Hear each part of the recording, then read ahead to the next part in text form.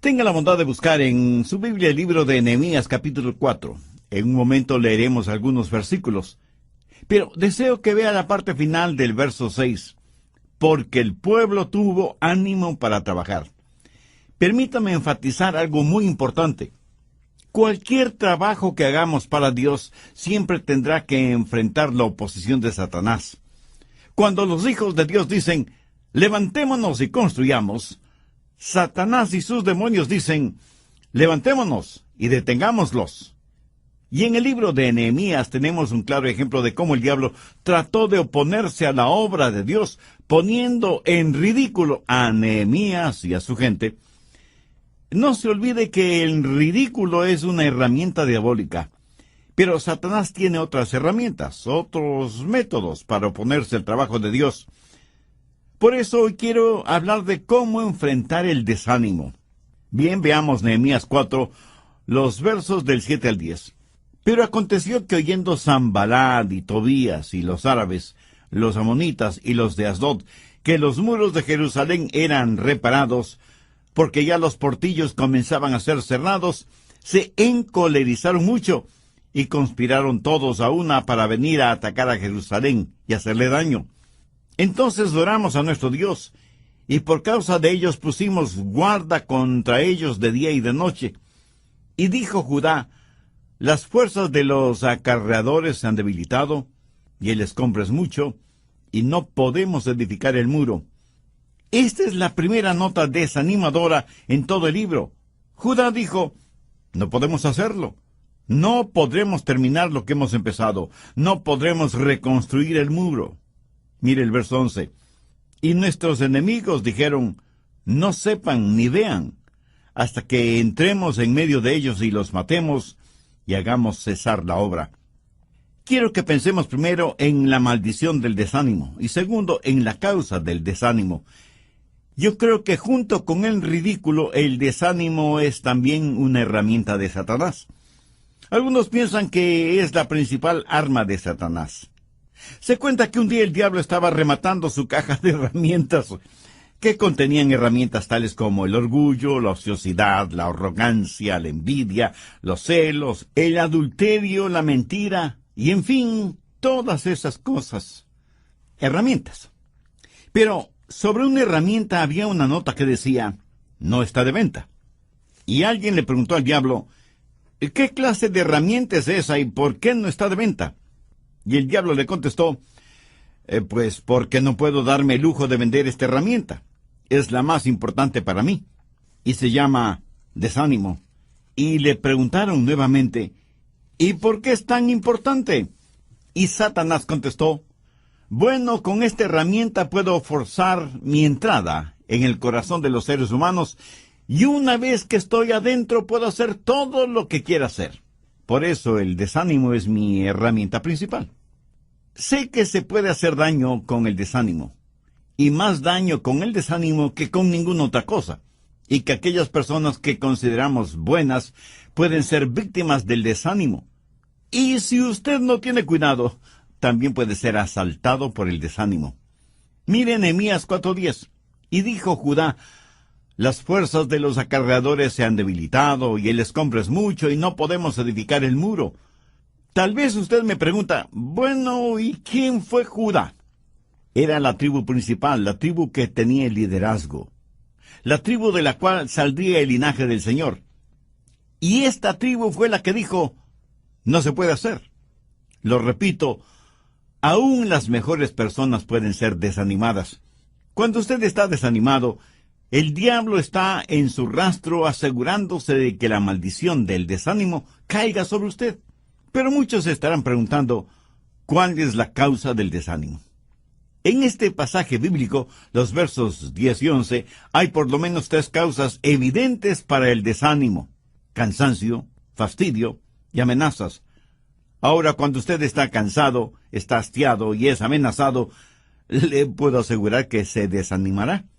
Note que ellos que estaban trabajando, y trabajando muy duro, por lo que en medio de la labor, se sintieron cansados. Pero no estaban tan cansados físicamente, sino emocionalmente, frente a la presencia y la amenaza del enemigo. En el verso 6 se nos dice que terminaron el muro hasta la mitad de su altura. ¿Ha notado que cuando un grupo humano se prepara para hacer algo, todos están entusiasmados, emocionados? Y cuando estamos próximos a finalizar la obra, todos deben agradecer y alabar a Dios. Pero ¿sabe cuál es el tiempo más peligroso en este proceso? Es cuando se está a mitad del camino. ¿Qué es cuando uno puede sentirse desanimado? Tal vez usted y sus hijos o sus amigos han subido una montaña. No parece ni tan alta ni tan lejana. Pero cuando comienza a subirla y más o menos a mitad del camino, usted mira hacia atrás, mira hacia abajo, mira hacia arriba y dice, creo que es tiempo de regresar. A mitad del camino, usted ya está cansado. Y los estudios y estadísticas muestran que la edad media es la edad del desánimo. ¿Sabía que muchos hombres y mujeres tienen dificultades cuando llegan a esa extraña época conocida como la Edad Media? Y los chistes abundan acerca de lo que nos sucede en la Edad Media. Si usted le pregunta a una mujer de más de 50 años qué edad tiene, le puedo asegurar que le contestará que está en la Edad Media. Esa es la edad en la que podemos meternos en problemas. Fue durante esa edad que el rey David tuvo problemas. Durante la Edad Media. En la reconstrucción del muro, alguna gente estaba agotada, cansada físicamente, y cuando usted está cansado físicamente, el diablo va a estar tras su huella. Le corresponde a usted el mantenerse físicamente fuerte, alerta, despierto. Duerma las horas necesarias, tome vitaminas, aliméntese saludablemente, haga ejercicios, practique algún deporte, haga lo que tenga que hacer para que el diablo no le sorprenda cansado. Un filósofo francés dijo lo siguiente: tengo tanto que hacer hoy que sencillamente me voy a ir a dormir. Entonces, vea usted, primero estaban cansados, segundo se sentían abrumados por el tamaño de la obra, y en vez de ver esa obra un día a la vez, por etapas, lo vieron todo en conjunto, vieron la enorme cantidad de escombros y dijeron que ese trabajo no se podía realizar. Cuando uno mira el total de la obra y piensa que debe terminarla en un día, por supuesto que no podrá hacerlo. La vida se la camina centímetro a centímetro, no metro a metro, y mucho menos kilómetro a kilómetro. ¿Le parece a usted que todo se le está amontonando? ¿Que nunca podrá terminar tanto de lo que tiene que hacer? Amiga, amigo, usted tiene una vida que construir, usted tiene un carácter que definir, usted tiene una familia que edificar, usted tiene un negocio que desarrollar. Todos somos constructores y a veces los materiales se amontonan y pensamos que no podemos hacerlo, que es demasiado. Pero debemos tener en cuenta algo muy importante. Ningún trabajo se puede realizar si es que no se quitan los escombros. Veamos Nehemías 4:10. Y el escombro es mucho, y no podemos edificar el muro. ¿Sabe que uno de los trabajos más duros no es el poner los ladrillos, sino el remover los escombros? La mayoría de nosotros no queremos hacer eso. Pero si no removemos los escombros o la basura, no podremos hacer el trabajo. Y aunque aquí se habla de escombros físicos, literales, por analogía podemos decir que hay mucha basura teológica y doctrinal que debe ser removida. Hay cualquier cantidad de basura moral que es necesario botar. Hay mucha basura tradicional que hay que sacarla del camino para volver a la solidez que es la roca de la palabra de Dios, para hacer solo lo que Dios nos diga que debemos hacer. Se cuenta que un acaudalado empresario constructor compró el enorme terreno que había sido por muchos años el basurero de una ciudad. Luego, en enormes camiones trajo cientos y cientos de toneladas de grava y de tierra y comenzó a cubrir toda esa basura. Luego trajo aplanadoras y compactadores de tierra que por muchas semanas estuvieron trabajando, aplanando, compactando y nivelando la tierra. Después puso calles, avenidas, aceras, parques, fuentes de agua y construyó una moderna urbanización con hermosas casas. La gente, por supuesto, compró rápidamente las casas y todo ese conjunto se volvió un hermoso vecindario. Pero después de algún tiempo, el suelo comenzó a hundirse. Las paredes de las casas empezaron a desnivelarse y a fracturarse. Se abrieron enormes zanjas en las calles, las veredas se resquebrajaban y la gente comenzó a abandonar las casas porque era evidente que terminarían hundiéndose y destrozándose. ¿Por qué sucedió eso en ese moderno y lindo vecindario? Porque todas esas casas fueron construidas en realidad sobre la basura. Usted no construiría su casa sobre la basura, ¿verdad? Pues le diré que usted no puede construir su vida sobre basura. Y aunque a veces es muy duro el cavar hasta encontrar roca sólida, vale la pena hacerlo si queremos construir algo que perdure. Es cierto, el trabajo puede ser tedioso y agotador. No faltará la tentación de buscar atajos, de usar materiales más baratos, de no seguir los códigos de seguridad. Amigo, escúcheme.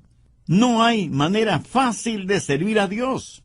Nehemías y su gente se desanimaron, primero porque estaban cansados, segundo porque les agobiaba la obra en sí mismo y tercero porque se pusieron nerviosos con la presencia del enemigo y en medio de estas circunstancias el diablo se hizo presente. ¿En qué forma? Bueno, hubo una conspiración contra la gente de Dios. Y Satanás utilizó muy bien a ciertas personas para ese propósito. Les dijeron a los judíos que estaban construyendo, ustedes no saben cuándo vendremos para aniquilarlos. A lo mejor de día, a lo mejor de noche, pero vendremos de sorpresa cuando menos nos esperen y les atacaremos y les mataremos. Como si el cansancio y el abatimiento no hubieran sido suficientes, sus enemigos se encargaron de darles más problemas. Satanás es la clase de enemigo que, si le ve a usted hundiéndose en arena movediza, no tratará de ayudarle a salir de ella, sino que más bien le empujará más, para que se hunda más rápido. Él sabe cuándo usted está en dificultades, cuándo está físicamente débil, cuándo está emocionalmente abatido y cuándo está espiritualmente apagado. Él sabe exactamente cuándo usted está al límite de su capacidad de aguante, y es cuando él ataca, y ataca ferozmente. No en vano la Biblia lo describe como león rugiente, y cuando eso sucede usted, por supuesto, se sentirá desanimado. Verso 12. Pero sucedió que cuando venían los judíos que habitaban entre ellos, nos decían hasta 10 veces, de todos los lugares donde volviereis, ellos caerán sobre vosotros. Esto es interesante, porque significa que aún los judíos que vivían entre los enemigos del pueblo de Dios sabían que se planificaba un ataque para impedir continuar la obra. Y ellos mismos decían que podía ser realizada. Ahora, ¿cuál es el remedio para el desánimo? Nehemías fue un gran hombre de Dios, un extraordinario líder, y quiero que note los pasos que Nehemías dio para animar a aquellos que habían sido desanimados. Note cuidadosamente lo que él hizo. Primero, armó a la gente. Mire lo que dice el verso 13. Entonces, por las partes bajas del lugar, detrás del muro y en los sitios abiertos, puse al pueblo por familias, con sus espadas, con sus lanzas y con sus arcos. Si hay un enemigo, necesitamos estar armados. Prever es mejor que lamentar. Nehemías se aseguró que todos tuvieran sus espadas, sus lanzas y sus arcos. Es una locura enfrentar al enemigo sin armadura y sin armas. Busque Efesios 6:11. Vestíos de toda la armadura de Dios, para que podáis estar firmes contra las acechanzas del diablo. ¿Sabe cuál es su armadura? Conoce las armas que Dios le ha dado para que pueda enfrentar al enemigo. Nuestras armas no son carnales, pero como son de Dios, son poderosas para destruir fortalezas maléficas. Entonces, lo primero que hizo Nehemías fue armar a su gente.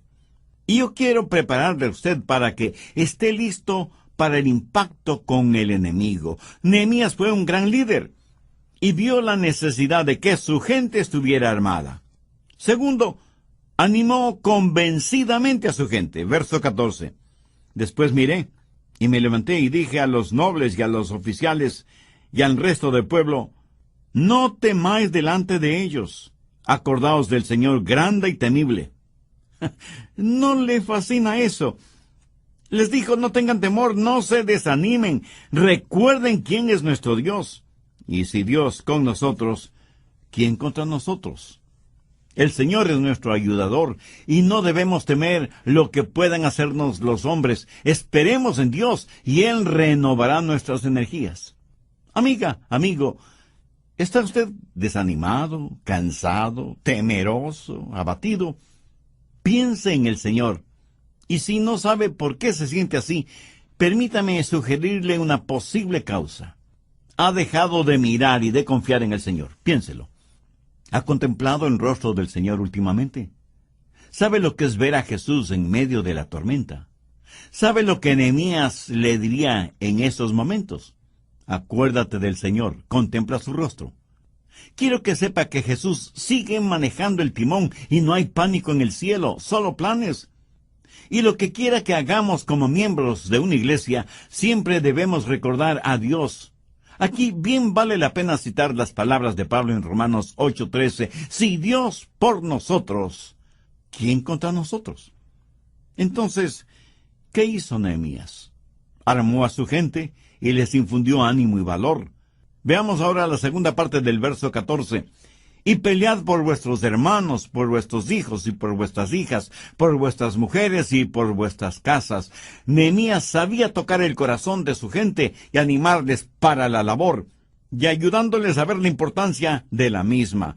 No estaban simplemente reconstruyendo un muro o reparando puertas, estaban reconstruyendo y peleando por algo que les era sumamente querido: el hogar, la familia, la comunidad. ¿Qué hace usted por su familia, por su hogar, por usted mismo? No podrá hacer nada de valor eterno por nadie si no tiene a Cristo en su corazón. Desde el programa anterior estamos estudiando la vida de Nehemías para saber cuál es el remedio para el desánimo. Nehemías dio pasos muy concretos al respecto. Primero armó a su gente, dándoles espadas, lanzas y arcos, a más de las herramientas que tenían para el trabajo que iban a realizar. Segundo, animó convencidamente a los judíos que le iban a ayudar en la reconstrucción del muro y de las puertas de Jerusalén. Escúcheme.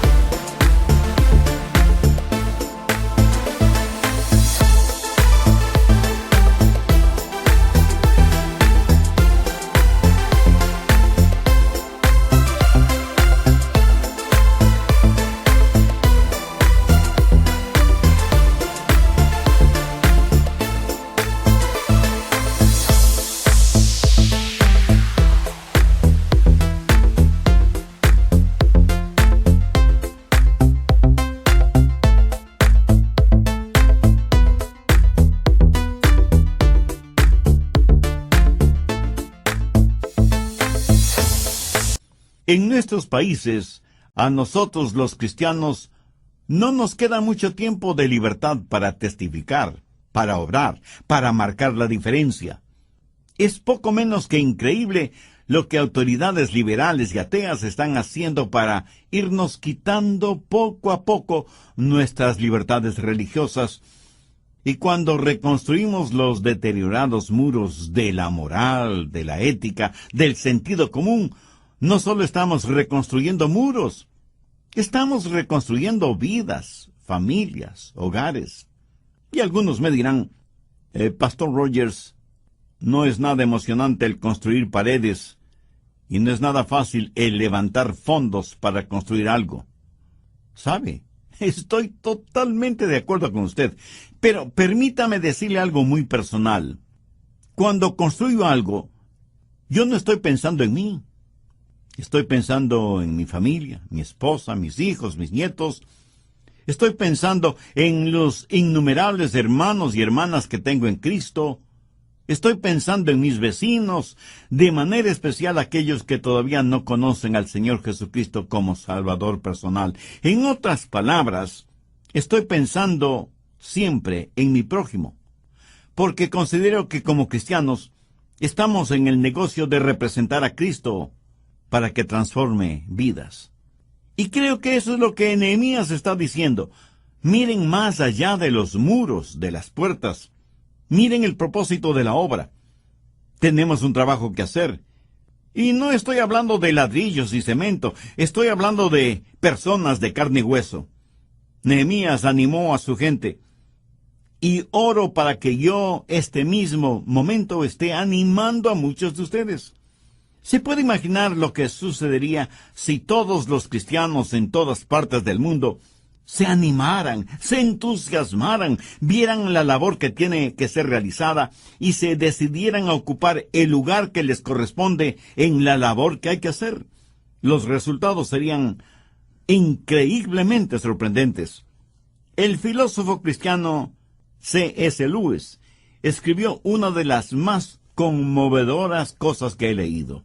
Él dijo, el amar verdaderamente es ser vulnerable. Ame y con seguridad su corazón será estrujado y quebrantado. Si usted quiere mantener su corazón intacto, no se lo dé a nadie, ni siquiera a su mascota. Envuélvalo cuidadosamente con sus pasatiempos y pequeños lujos. Evite cualquier complicación y póngalo bajo llave en el ataúd de su egoísmo. Pero en ese ataúd seguro, oscuro, carente de aire puro, su corazón cambiará. No se romperá, se volverá irrompible, intangible e irredimible.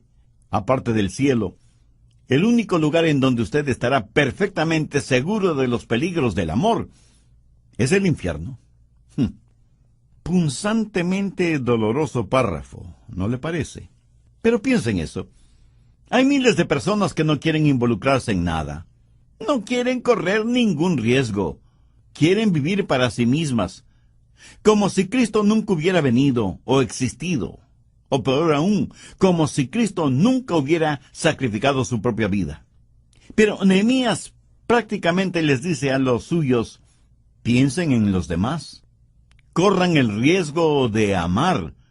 No guarden su corazón en un pequeño y seguro ataúd, aunque lo adornen con lujos y placeres.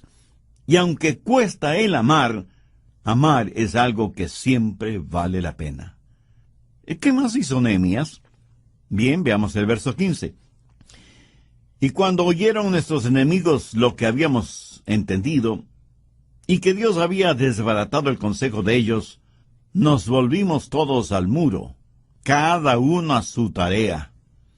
¿No se alegra usted de tener un libro que le dice qué es lo que el enemigo está haciendo? Lo interesante es que el enemigo sabe que nosotros sabemos lo que él trama. ¿Y qué es lo que Nehemías hizo? ¿Qué es lo que Nehemías dijo?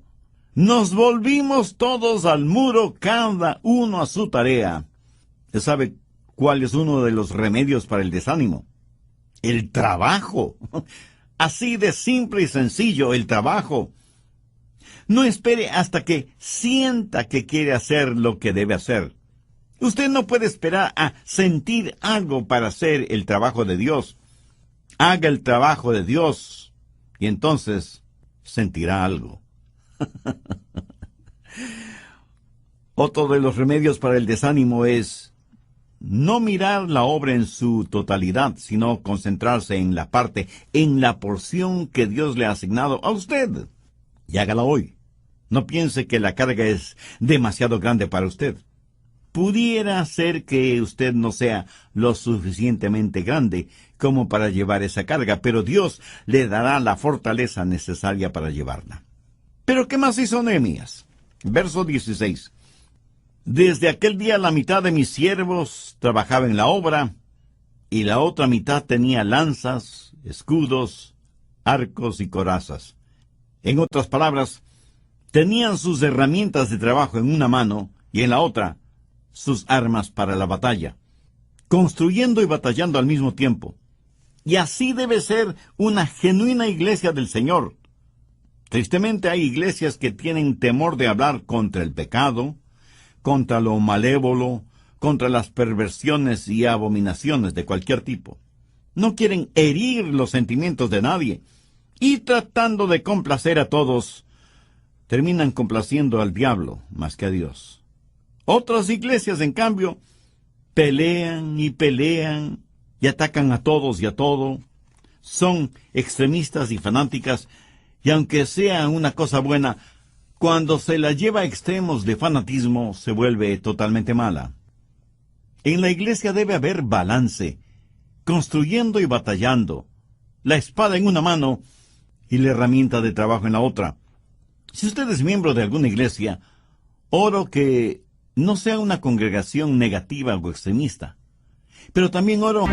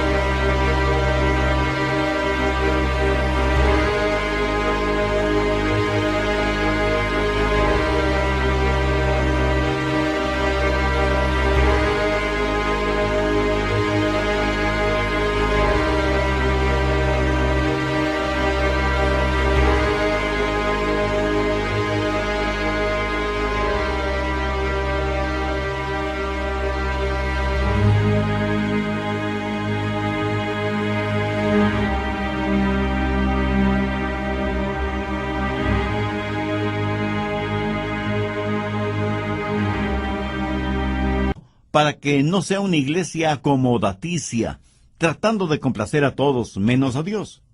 Oro para que usted tenga una iglesia en donde se predique y se enseñe todo el consejo de Dios, o sea, lo que las Escrituras dicen y enseñan, y no lo que los hombres, por intereses personales, que generalmente son financieros, enseñan y predican. ¿Cuál es otra forma de curar el desánimo? Veamos el verso 19. Y dije a los nobles y a los oficiales y al resto del pueblo, la obra es grande y extensa, y nosotros estamos apartados en el muro, lejos unos de otros. Ahora ponga atención al verso 29. En el lugar en donde oyereis el sonido de la trompeta, reuníos allí con nosotros. Nuestro Dios peleará por nosotros. ¿Y cómo es que Dios peleó por ellos? Cuando la gente de Dios se junta y permanece unida, suceden cosas maravillosas cuando estamos unidos con un propósito definido y un propósito agradable delante de Dios. En el Salmo 133:1 leemos, mirad cuán bueno y cuán delicioso es habitar los hermanos juntos en armonía. No hay ningún sustituto para ese habitar armoniosamente juntos. Esa es la razón por la cual el escritor de Hebreos dice, no dejando de reuniros, como algunos tienen por costumbre, sino exhortándonos. Esto quiere decir, nos reunimos para alabar y adorar a Dios ciertísimamente, pero también para mostrarnos afecto mutuo, consideración, y animarnos, estimularnos los unos a los otros para el amor y las buenas obras. Escuche, este ministerio radial no debe ser sustituto para su asistencia a su respectiva iglesia. Este ministerio radial es primordialmente para aquellos que por razones físicas, de salud, no pueden ir a sus congregaciones, y para aquellos que no son salvos todavía. Pero nunca lo tome como sustituto o como pretexto para no ir a la iglesia. Y no faltará quien me pregunte, Pastor Rogers, ¿cuál es la diferencia? Yo puedo oír sus mensajes estando en casa. Bien, por favor busque Mateo 18, verso 20. Son palabras de Jesús. Porque donde están 2 o 3 reunidos en mi nombre, allí estoy yo en medio de ellos. Hay un sentido de la presencia del Señor cuando nos reunimos como hijos e hijas de Dios, que es diferente a cuando estamos reunidos en casa como familia, y mucho más significativo de lo que experimentamos cuando nos reunimos socialmente. Nehemías sabía esto. Por eso reconoció que durante el trabajo en el muro estaban físicamente separados los unos de los otros. Por eso, al sonido de la trompeta, todos debían reunirse para estar juntos. Hay veces que necesitamos estar juntos para recibir información. Hay veces que necesitamos estar reunidos para recibir palabras de inspiración, de exhortación, de amonestación y aún de organización. Escuché de un joven que estaba enamorado de una muchacha y le escribió una carta diaria por 2 años. Pensó que esa era una buena manera de cortejarla. Una carta de amor cada día por 2 años. ¿Sabe lo que pasó? Ella terminó casándose con el cartero. Es que no hay sustituto para aquello de estar ahí. No hay sustituto para el contacto personal. ¿Para qué reunirnos? Para exhortarnos los unos a los otros, para animarnos mutuamente cuando estemos desanimados. Y si alguien me pregunta si alguna vez he estado desanimado, debo confesar que algunas veces he estado cansado en el trabajo, pero no del trabajo. Y quiero que entienda bien esto, porque muchas veces podemos cansarnos en el trabajo, pero no cansarnos del trabajo que realizamos. Las dos cosas son totalmente diferentes. En lo personal, cuando estoy cansado en el trabajo y algún miembro de mi familia o alguna persona en la iglesia me dice, Adrián, o pastor, estoy orando por usted, eso me anima más de lo que usted se puede imaginar. Y como yo lo entiendo, no creo que es solo una bonita sugerencia o una buena idea aquella de estar juntos, de congregarnos. Yo creo que es un mandamiento, porque es algo que como hijos de Dios debe distinguirnos. ¿Qué más hizo Nehemías? Veamos los versos 21 al 23.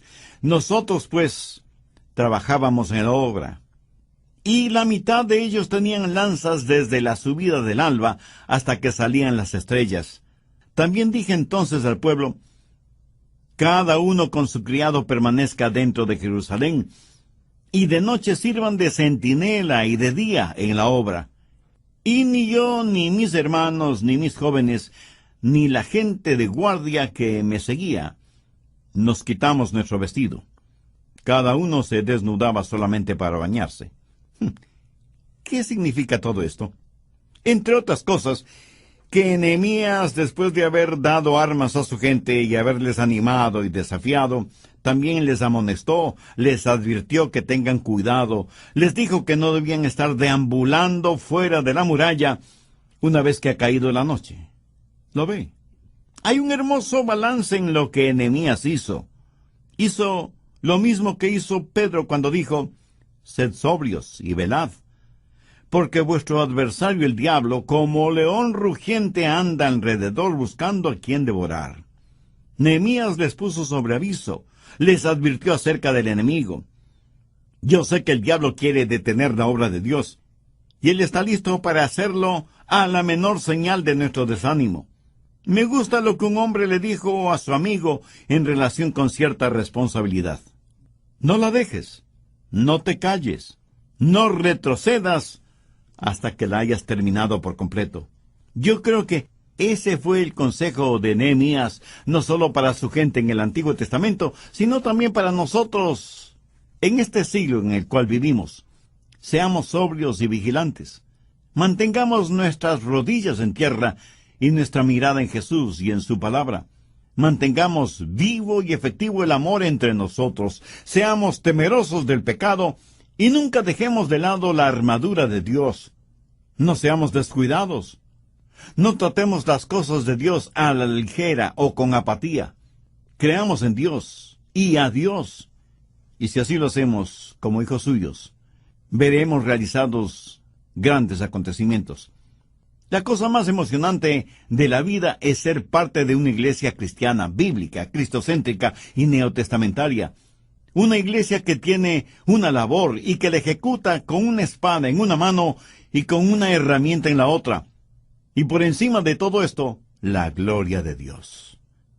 ¡Qué poderosa arma es en las manos santas de Dios una iglesia neotestamentaria! Yo no sé de usted, pero en lo que a mí se refiere, yo estoy feliz de estar eslabonado a una causa que vale la pena. Tantas y tantas personas no hacen más que trabajar para ganar el sustento que le permitirá seguir trabajando para seguir ganando el sustento. Es un triste círculo vicioso. Solo Dios puede dar significado y propósito a lo que hacemos, porque lo hacemos como para Dios, no como para los hombres. Ernesto Hemingway fue un extraordinario escritor, ganador del Premio Nobel de Literatura, quien terminó suicidándose. Él escribió una de las más trágicas declaraciones que jamás haya leído, y la voy a citar textualmente. Dijo: «La vida no es más que un sucio truco, un corto viaje de la nada hacia la nada. No hay remedio para nada en la vida. El destino del hombre en el universo es como una colonia de hormigas en un tronco que se quema». ¿Cómo contrastan estas palabras con lo que Jesús dijo? Yo he venido para que tengan vida y para que la tengan en abundancia. Amigo, yo no soy una hormiga en un tronco ardiendo. Soy un hijo de Dios, destinado para estar en la gloria, y que en el trayecto desde aquí hasta allá estoy teniendo un tiempo realmente maravilloso. Es más, yo sería un cristiano aunque no hubiera ni cielo ni infierno, solo por el placer de conocer al Señor Jesucristo en esta vida. Si usted está cansado de sentirse como una hormiga en tronco ardiente, ¿qué tal si le digo que usted es de sangre real, es un hijo de Dios y coheredero con Cristo de todo cuanto existe en el universo? Esto será una realidad en usted si tiene a Cristo en su corazón. Si aún no le conoce como su Salvador personal, no quisiera hacer esa decisión ahora mismo. Yo voy a orar una sencilla oración para que le sirva de guía. Eterno Dios, te doy gracias por este mensaje que he tenido la oportunidad de escuchar. Gracias por abrir mi entendimiento espiritual. Me reconozco pecador delante de ti y vengo en busca de tu perdón y tu ayuda. Señor Jesús, tú eres el Hijo de Dios que pusiste tu vida como pago por la culpa de mis pecados. Ten la bondad de ser mi Salvador y mi Señor desde este momento. Te recibo en mi corazón. Perdóname, límpiame, sáname, sálvame y ayúdame a ser la persona que tú quieres que sea. En tu nombre lo pido.